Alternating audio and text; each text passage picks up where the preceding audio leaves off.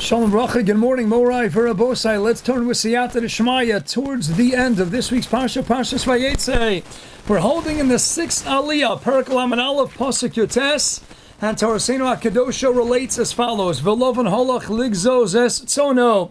Lovan went to shear the wool off of his sheep, his cattle, his livestock, and what did Rachel do in the meantime? V'tignov Rachel as hatrafim asher li'avia.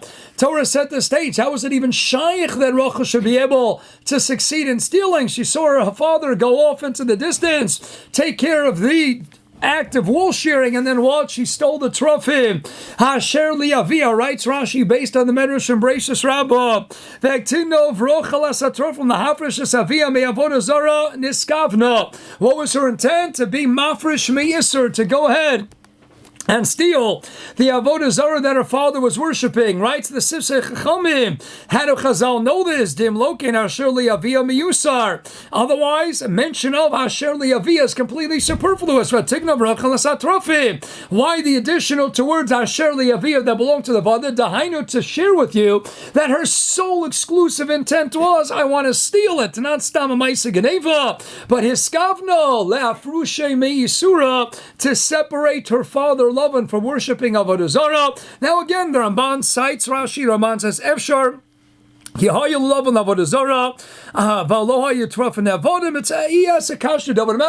they weren't the mamish avodah zarah. The Ramban has this mahalech that they might not have been regular avodah zarah. The Ibn Ezra also discusses what was really the nature of these Terafim. And the most of Rashi we have goes Rashi from Xavian that also discusses what is the nature of these actual Terafim. But Rashi, based on the Medrash, clearly told us that they were avodah zarah, and Rachel Imenu's kavana was, I want to separate avodah zarah from my father. I want to go ahead and steal a Terafim. Now again, you can't necessarily draw conclusions whether you're allowed to take somebody's TV or somebody's cable TV out of the house.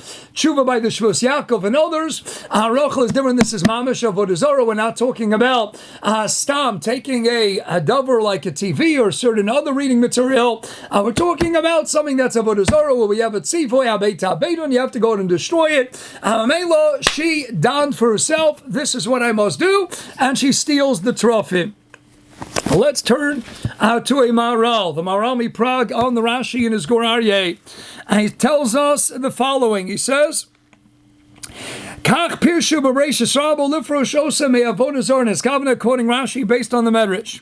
And they darshaned such de'im loken eshayetik tigna racha chashom. If she didn't have such a kavana, then how is it shaykh bichlal that she should steal something that belongs to her father? Ubifrat davar kazeh shem Terafim shem avodah zarah. How could she go ahead and steal these Terafim that belong to a father? And even if you're going to say it's not the regular avodah zarah gemura, like the Ramban, that it's not the mamish idolatry, because the Ramban's kashas, but Sof asks the Maharal in his Gur Aryeh, how you love an ovidosam. At the end of the day, what does he say when he runs after them in Pasuk Lamed Beis? As a shirt timsa, as a Yaakovinu said, as elo kechelo yichya. So clearly, he viewed these as his gods, even if it wasn't an avodah zarah inherently. But once he was oved lahem, once he served them and he bowed down, he worshipped them. They had a din of avodah zarah, klapa yavan. So therefore, asks the Maharal, eich ta'aki bebeisa davar shayin. You're not allowed to go in and keep in your household. How are you allowed to go ahead and Rachel steal them, keep them underneath where you're sitting on the gummel on your camel? In the end of the day, you're not allowed to hold on to them. So two kashas. Number one, how are you allowed to steal them in the first place? Okay, that Mamela Chazal told us, she was able to steal them because her kavana, her sole intent was to separate her father from doing the Yisra avodah zarah. But asks the Maharal, how are you allowed to hold on to it? How are you allowed to keep it? It's a davar that's nevad, Mamela. What was her cheshbon? But then asks the Maharal, okay, so you had a gevaldige kavana. You don't want your father to worship these statues, these idols, this gather of avodah zarah. But im tomer hayalisrofosam, then go ahead, throw them into the river, destroy them. Rocheli meina, what are you doing holding on to it? Let's take out a Rambam, Hilchos avodah zarah. And Perek Zayin Aloch Aleph writes the Heilige Rambam, mitzvah sasehi la'abid avodah zarah umish we have a positive commandment. He brings yet another pasuk. We have a positive commandment midaraisa to actively go and destroy all the Avodah Zarah, all that's part and parcel that's used in the service of Avodah Zarah, anything that's done on its behalf. Amamela, how can you go in and hold on to it? And you have to go in and destroy it. What are you doing? And now we've mentioned in the past, Rav Hutner, it's not mamish in the Sifrei Pachad Yitzchak, he said it in oral shiurim, and we know that the bris, bein hamasarim, all the krises habris, that was done between HaKadosh Baruch Hu and Avraham Avinu, and again with Yitzchak, with Yaakov, the Krisis HaBris was always done between the Eibishter on the one hand and the Avos HaKadoshim on the other hand. Ein Koren Avos Elo the Shlosh Brachos Dazayin Amud Beis. It was a bris nechrasa with Avraham, Yitzchak, and Yaakov. So what was the integral role of the Emos HaKadosh, Sarah, Rivka, Rachel, and Leah at the moment that you had this eternal covenantal relationship that was established between the Ribono Shel Olam and Avosenu HaKadoshim? So what was the role that the Emos played? Explain, Rav Hutner. The Emos, their job was, in order to seal, to maintain the bris between Hashem and the Avos and their ensuing offspring, and you had to be Megarish the Chelik Hara that had no place in this bris in the context of this unique covenantal relationship between HaKadosh Baruch Hu and Klal Yisrael. Hamela, you had to get the Tzad Hara, the Chelik Hara had to be banished, had to be Niskarish from the bias. So who's the one who says, to Avraham Avinu, and Hashem says, Avraham Avinu, your wife has a right, Shema B'kola, you have to get rid of Hagar, you have to get rid of Yishmael. They're detrimental to the godless of Yitzchak Avinu that he's destined for greatness. He can't achieve it if Yishmael and Hagar are around, you got to send them away. It's Sarah who says to send away, and Rabbi say that's the way it always has to be. What do we say in Eishes Chayil? And Mishlei Laman Aleph, Isha Yiras Hashem Itasalo. The man, throughout Sifrei Kabbalah, Ayin Shari Ora V'chulei is associated with Midas Ha'ava, with Chesed, with the Spashtus, with the Koach Hashpa. The man and the Zocher is the Nosei. The woman is the Mushba, is the Makabel. That's the Nekeva. What is her Midah? Her Midah is Midah of Yira. That's the woman who goes around the husband 7 times. Under the chuppah, and Nekeva to Sovev Gover, she encircles the husband 7 times, just like the Kohanim went around 7 times. Yericho, now the walls come down. Encircling the husband 7 times allows the walls to come up. And Yavama Samach Beis Samach Shori below Isha, Shori below Choma. The woman erects the wall that establishes a fence, a geder, a Choma around the husband that he doesn't go where he's not supposed to go. He doesn't look where he's not supposed to look. Yavama Samach Gimel Aleph, she's matzal him for the Yitzhahara. That's Bebechinas Isha Hashem Itasalal. The man is a no saint, is Avos Chesed, is a Spashtus. The woman says, my dear husband, you got to hold yourself in check. She's the Choma, she's the wall. Isha Yiras Hashem. She says, this is where you can go, this is where you can't go. Keeps her husband in line, keeps her husband in place. That's Vachinas Yira. Mamela back to Rav Hutner. The job of the woman is get rid of the Ra, make sure the Tov is maintained, make sure it's secure, make sure it's safeguarded forever. To that, you got to send Yishmael and Hagar away. Rivka has to instruct Yitzchak. We got to be mavdil between Yaakov and Esav. They cannot be together. Yaakov Ishtam Yoshev Olam will not attain his Nekudas Hagalus. He won't achieve the greatness for which he is destined as long as he's going to be in proximity to the nefarious Esav. You have to separate the two. Granted, you would have loved to keep Yaakov at home, send Esav away. That wasn't happening for a number of reasons. And at the end of the day, you have to be mavdil them. You have to, and here we have what? Rachel being mavdil. So Rachel, what's being mavdil? You want to go in and separate the Chelik Hara. And not only from you want to separate from love and Beseder, Lafrusha Yisur, he's your father. You want to get rid of Avodah Zarah, but get rid of it. Throw it into the Yam. Destroy it, bury it, burn it in the middle of the night. But to bring it with you and to bring it back to Jerusalem, especially in line with Rav Hutner, that the Tachlis, the job of the Mos HaKadosh was to be Mavdil the Ra and keep the Ra out. Why are you holding on to the Ra? Why are you holding on to the Avodah Zarah? And ask the Maral, even if it's not Avodah Zarah Mamish like the Ramban learns, but it's still a davar that was nevad and it's still usher to keep it in your midst. Abeit, and you got to destroy it. How can you take it, hold on to it on your camel, ride with it, bring it into the Jewish encampment? Lovin catches up, starts searching all over the place. Rochel, why didn't you destroy it? Ein Zakasha concludes the Maral. Why?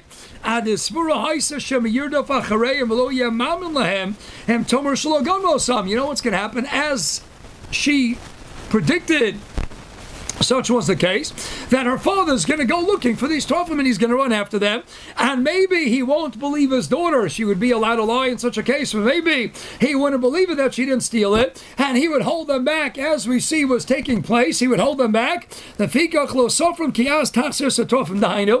he would hold them back. Maybe he would put them in a sakana. Maybe he wouldn't let them go. She says, you know what? In the meantime, let me hold on to it. I'm going to steal it, Zok Maral. But just in case he chases after us and just in case he goes looking for it and he's going to hold us back and he says, I'm not letting you guys go anywhere and I'm going to hold you hostage until I get these Terafim. Amela, to ultimately be able to free up her husband and her family and be able to go on the way, she would always have that as an option. She could give them back, but if she would destroy it, she would be in big trouble. This way, at least hold on to it. She had a cheshbon, such a cheshbon for the safety of her family, to escape from harm and any unnecessary being in Eretz Yisrael, learning strike. Okay, so she had a cheshbon, and that's the Maral's teretz.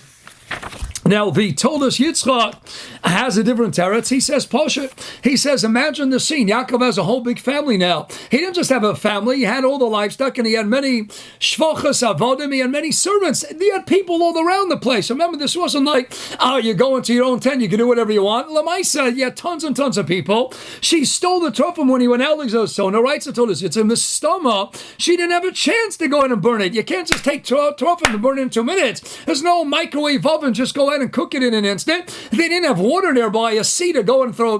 Her cheshbon was, I need time to burn it, where I could do it clandestinely, where I could do it covertly, and no one's going to see. I'm not going to get myself into trouble. So it was a pashut, a simplistic cheshbon, right? So told us Yitzchak, let me steal it. I'll hold it in my possession in the meantime. And once we get back and we leave base Lavan, and we're all in a safe, secure place, then in the middle of the night, once we're settled, I'll go out for a little spatzir, a little walk. I'll take the Terafim with me, and then I'll go ahead and I'll make a little campfire, and then I'll go in and burn it, I'll destroy it. She didn't have time to destroy it. The people would be around. They'd be suspicious. It's going to get her into trouble.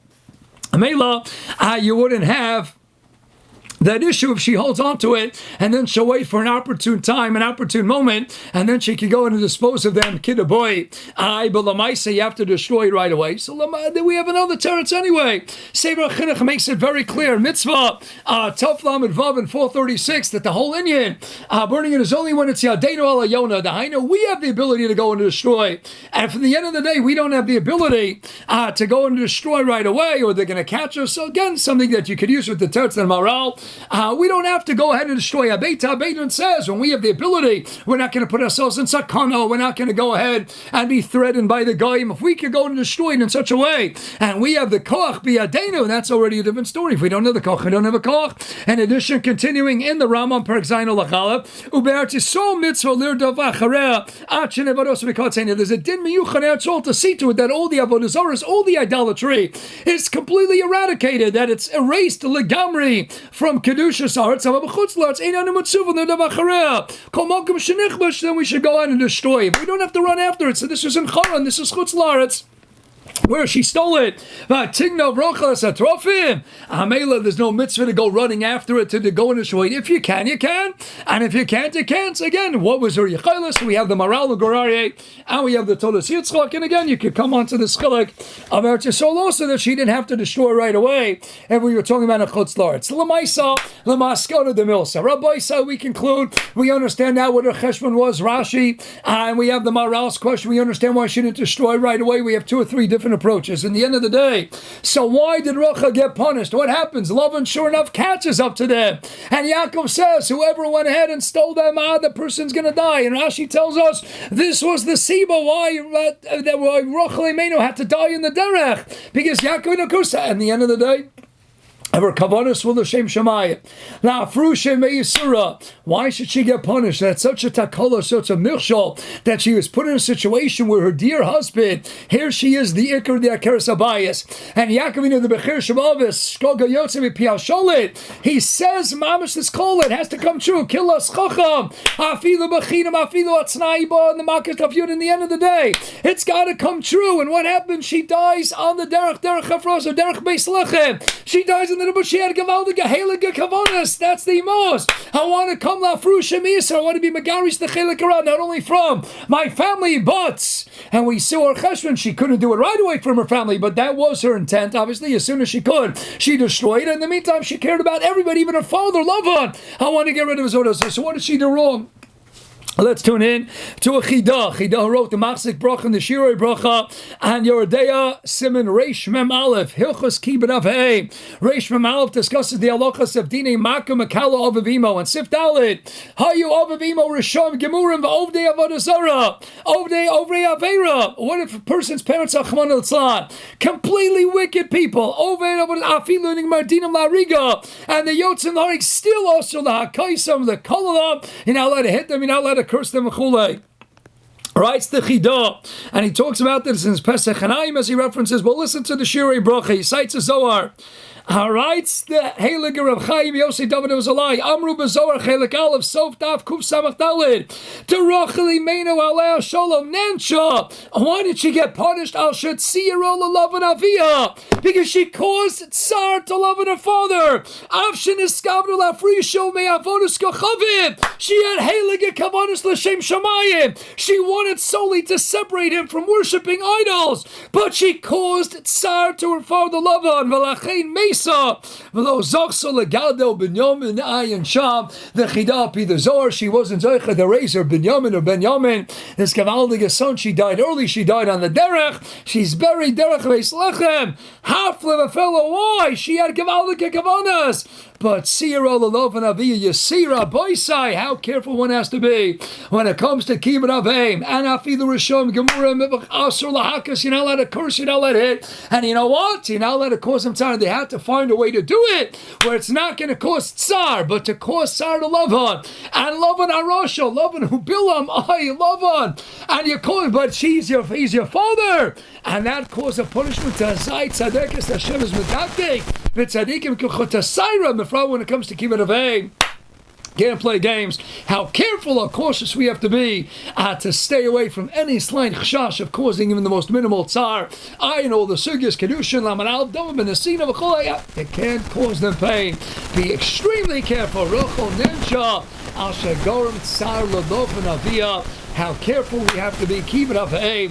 Let's go out of our way, especially on a day today, Lahavdil Afi Avdolas Thanksgiving. We know we don't just give thanks to the Ribono Shalom one day a year. We give thanks to Ribono Shalom 24/7, 365. We give thanks to HaKadosh Baruch Hu. Hodu, we live with a Hodu, not just Hodu the turkey. Hodu, we live with Hodu Lashem Kito Kilam Chastato. And what? And what's on the right side of the Luchas? Bein Adam Namakom. What closes the list? Kabedas Avicha. Why? It's Bein Adam Lachavero. What's Bein Adam Namakom? You can only understand, fully comprehend and appreciate what it means to revere and to honor and respect HaKadosh Baruch Hu if you first and foremost honor and revere and fully respect your biological creators. Then you could draw and say, if I have to honor my close biological creators, then Alachas Kamakama, the one who created them, my grandparents, great-grandparents, going back to HaKadosh Baruch Hu, the creator of all, the omnipresent, omniscient, omnipotent creator of everything. Alachas Kamakama, Kavachomer Bemenosha, Kavachomer, how much I have to honor and revere and respect him, and how careful we have to be, Mamela, because this is the ticket, the bridge that enables and empowers us how to be Machabed HaKadosh Baruch Hu. Don't cause your parents any tsar, go out of your way. Lefnim Eshur Sadin, to give them utmost kavod. How careful we have to be, even in the case of love and Arasha. You see Hashem Medaktik, but Tzadikim Chotatzara. How careful we have to be. Like the Sod V'Shor Shavoda writes, every single time you mention Hashem Yisbaruch's name, Asalite Nasadin, for every single time, writes of Alexander Ziskin, Yisrael Shavoda, if we don't have the right kavanas when we're masked the Shema Mafurish, when we say the Shema Hashem, saying the Shema Hashem has to instill in us the aim of the year, restless, the say of the fear, the trepidation. And Mela, how careful we have to be with the honor, the respect, the reverence of our dear biological creators, our parents. And I'll ask Kamakama, Kadosh Baruch Hu, the creator of all. Let's be Machabed, Kadosh Baruch Hu, Kaviyachol. Let's thank him 24/7, 365 on this day, on every day. Have a Gavaldiga Shabbos Kodesh Abad.